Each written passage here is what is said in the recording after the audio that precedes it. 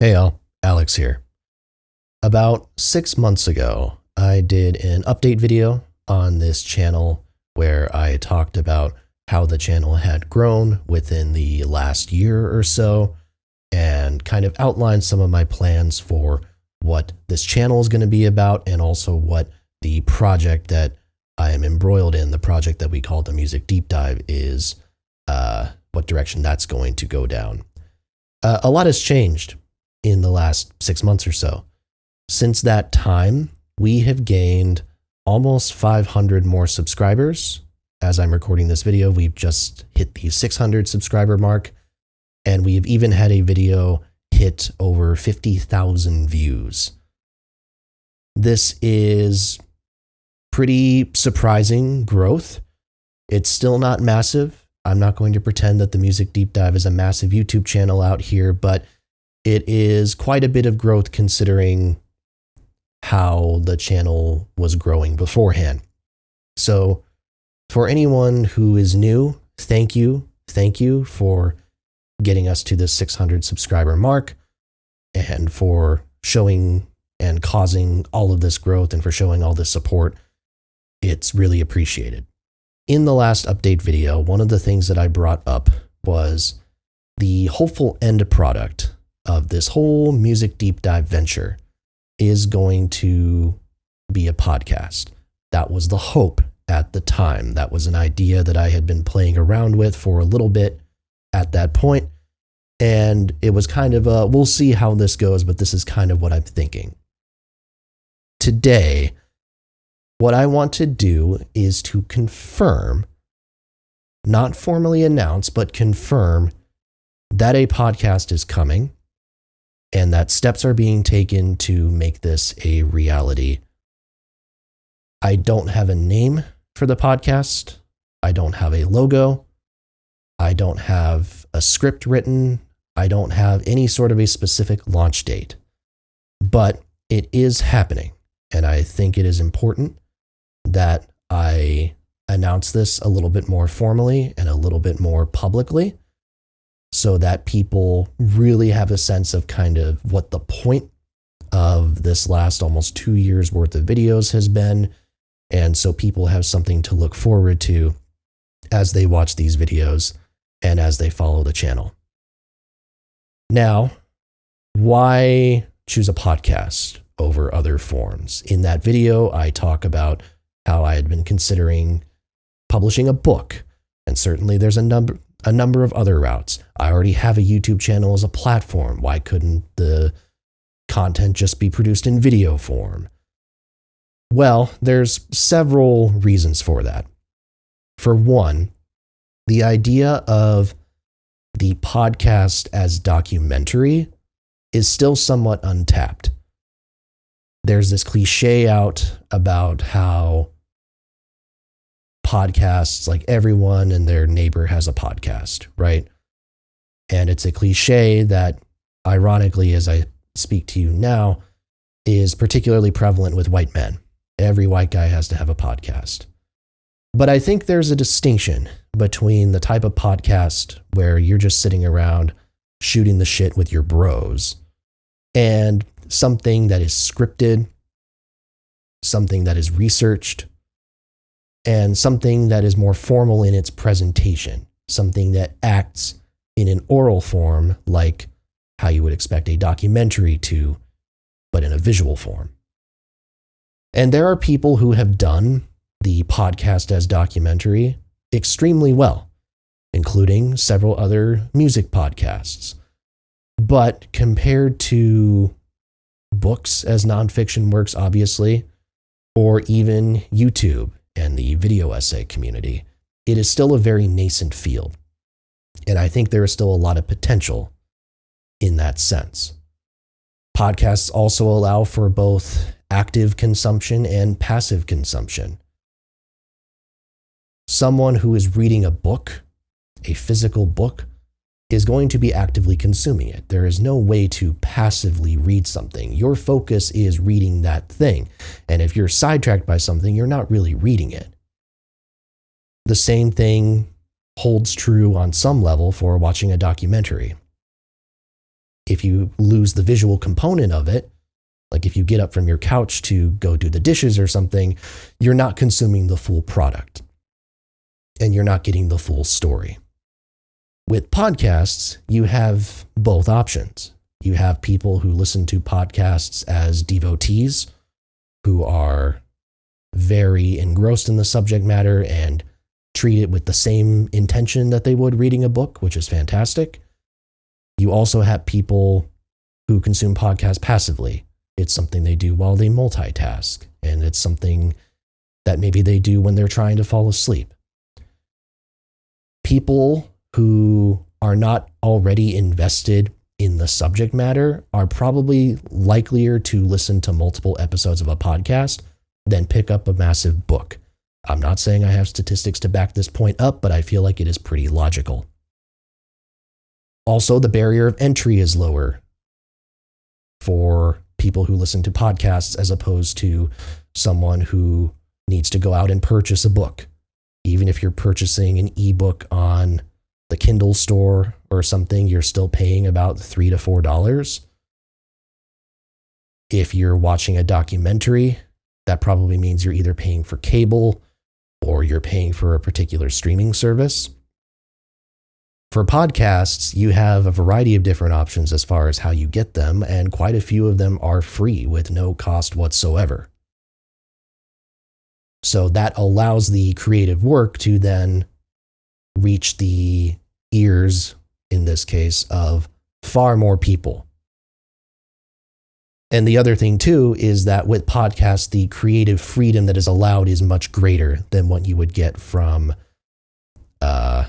working with like a film production company on a documentary, uploading something to YouTube, where you have to be cognizant of YouTube specific regulations. Writing a book, obviously, you have to communicate with publishing companies, and you have to have your book go through edits from editors and have specific sections cut out because of how viable a book is to physically print. The creative freedom with podcasts is so much greater than all of these other mediums. And so because of that, it seems like the only way to be able to tell this story and all these interconnected stories properly. Now, when I talk about podcast, obviously I'm talking about a podcast that goes over the history of music, specifically the history of music in the era of sound recording. So effectively from 1877 to the present day. If you want more specifics on why that is the selected scope of the podcast, you can go ahead and watch that video I did about 6 months ago. I get into that a little bit more in depth. So today what I want to talk about a little bit, since I don't have a specific release date or anything else really set in stone, in theory, you might be watching this video and thinking, great, this guy is telling us that he is going to make a podcast someday. What value is there in that? So I wanted to kind of share a little bit more about what my thought process is going into it and how I want to approach the actual creative process. At the moment, the vision for this podcast is to have a sort of introduction, a sort of introductory period that I'm thinking of as a preseason, to use a sports term, or maybe a season 0. I'm not necessarily thinking of this podcast in terms of seasons, but that's the only way I can rationalize it in my head. In any case, this season 0 will be a series of episodes that gives the listener an introduction to music history before the recording era. I can't just drop listeners into 1877 without giving context for what came before. And there's a lot that came before. So this means that I'm covering probably about 3 semesters worth of college music history classes in the time span of however many episodes. In addition to that, that series of episodes has to cover a few different things that music history classes and other forms of music history presentation, podcasts, YouTube videos, etc., don't normally get into. One of those things is technology. Of course, if we're talking about the history of sound recording, then we have to talk about the technological advancements that led to the development of the phonograph and the development of the microphone and all these other components that form the foundation for what we think of as recording equipment today. That's a very important part of the puzzle. Additionally, we're talking about the history of other art forms.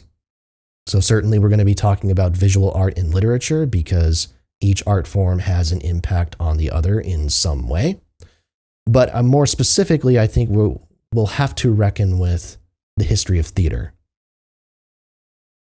Most of the first few decades of the modern recording industry are heavily based. A lot of the most popular recordings from those eras are based in the vaudeville tradition. Vaudeville is something that is going to be brought up a lot in early episodes of the podcast proper. Out of necessity, I mean, there is no way to avoid talking about it, and I don't know why you would want to avoid talking about it, because there's a lot of great music in there. So we're going to have to talk about it and talk about where vaudeville comes from and its roots in comic theater in France in the late 18th century and that sort of thing. Additionally, we're going to have to talk about musical cultures that are not from the West. A lot of English-speaking colleges are going to present music history in the context of a history of Western music at the expense of music of other cultures. And my goal with this podcast is to try to balance things a little bit better. A couple of caveats with that. My background is not in the music of India or Persia or China, Japan, Australia even, any of these cultures. That is not my background. That is not my lived experience. Because of that, there is always going to be an outsider element to my attempts to learn about those cultures.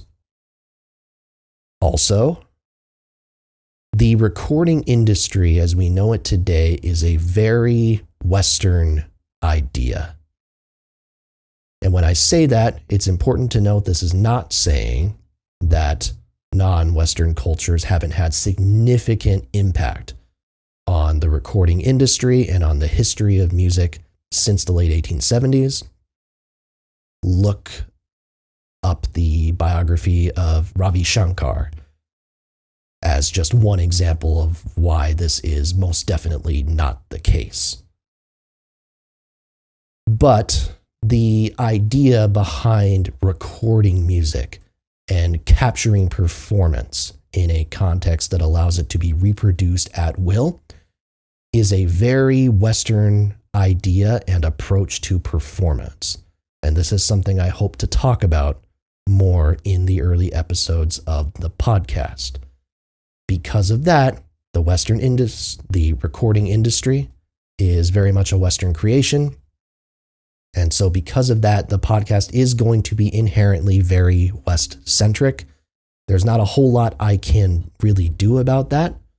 And my goal is to hopefully balance the narrative in a way that brings more light to non-Western musicians, artists, and creative minds.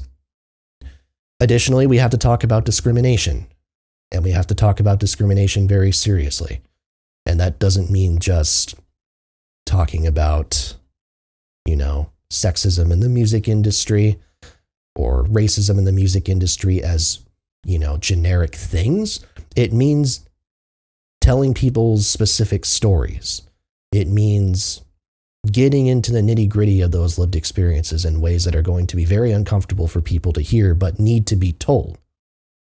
And there's no more clear example, at least in this very early part of the story, in this introduction that I've been talking about, there is no more clear example than minstrelsy and the tradition of blackface performance. About a week or two ago, I received a book in the mail that I ordered from an independent bookstore by Dr. Matthew Morrison called Black Sound. And that book, which I've only read a little bit of, but so far has been fantastic, discusses the history of the minstrel performance tradition and how blackface became very much integrated into American popular music and American musical performance.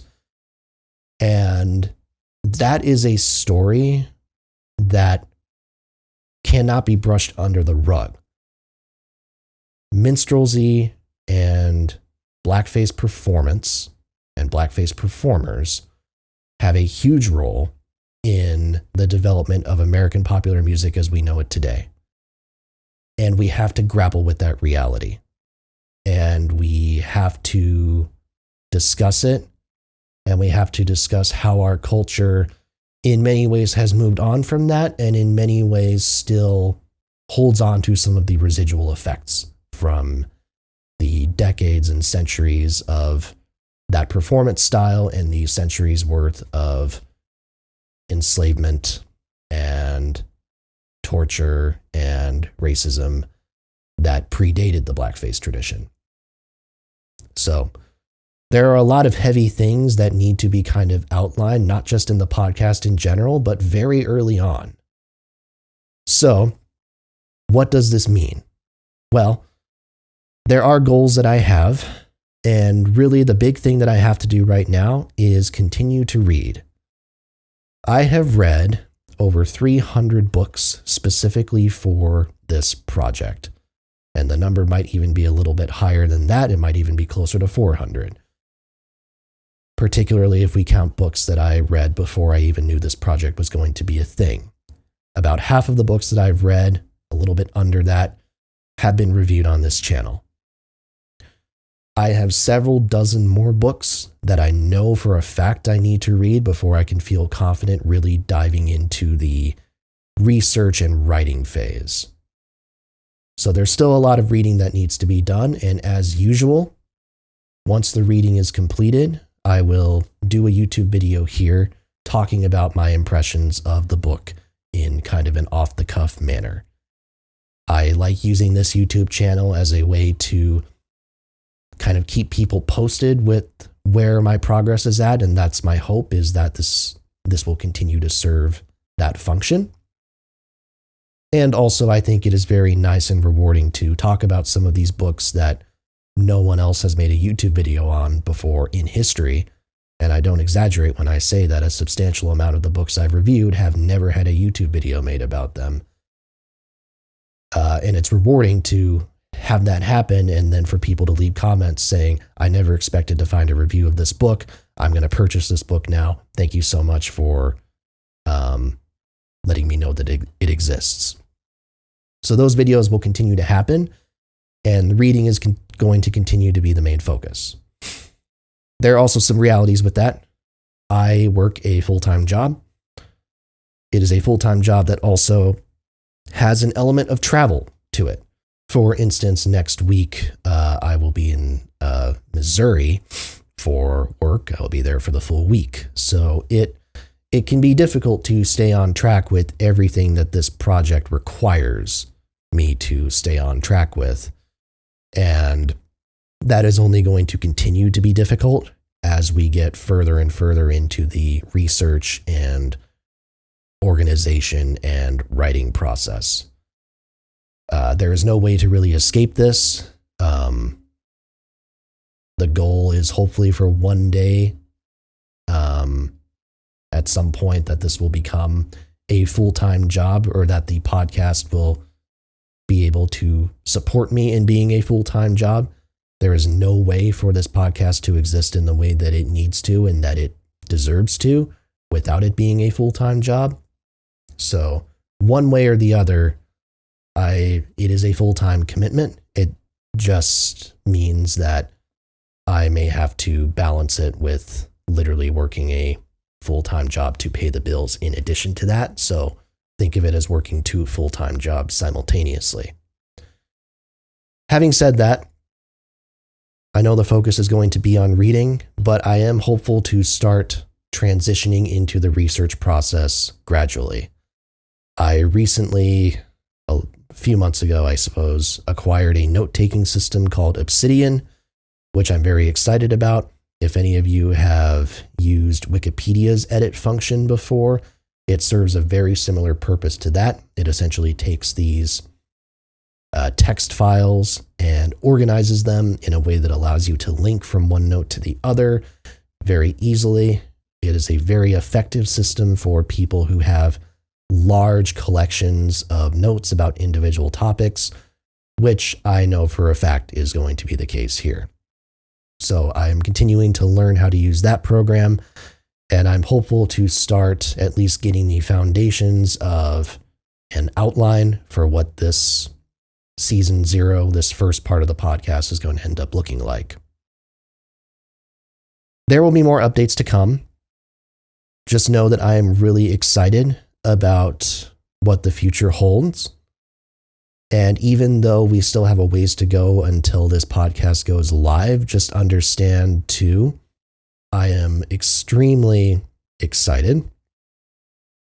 This is a project that has been in the works for almost 4 years now. I started it in the latter part of 2020. And I have never felt closer to not the finish line, but to step 2 of the process than I am now. I've never felt closer to feeling like I've made some progress in this endeavor than right now. And that feels good. I will share more updates as I have them, and I will probably start doing these types of check-ins more frequently, just so people understand, again, kind of what the goal is and what the hope is for this project in the long run. In the meantime, I want to thank you all so much for being subscribed to the channel. If you are not already subscribed to the channel, please consider joining. I would really love to have you around for this journey. I also think there's a lot of great content that's on the channel already that you will probably be very interested in, both music related and non-music related. And it would mean the world to me if you would be able to share this channel with at least one friend of yours. If you know someone who is a music enthusiast, if you know someone who is a history buff, someone who likes books, if you know someone who has a Goodreads account or someone who owns an Amazon Kindle, maybe it's just someone who played piano for 2 weeks when they were in elementary school. If you think someone would have any modicum of interest in what I am doing here and what we are doing here, please consider sharing this channel with them. It's the best way to help creative endeavors grow, and any little bit of exposure and visibility that we can get here only helps push this project just a little bit closer to being something that is viable and real and sustainable in the long run. All right, I'm going to get out of here. I really appreciate you watching this, and I hope that life treats you well. I hope you've had a great Memorial Day weekend. I hope you have a great summer, and I will catch you soon. Bye now.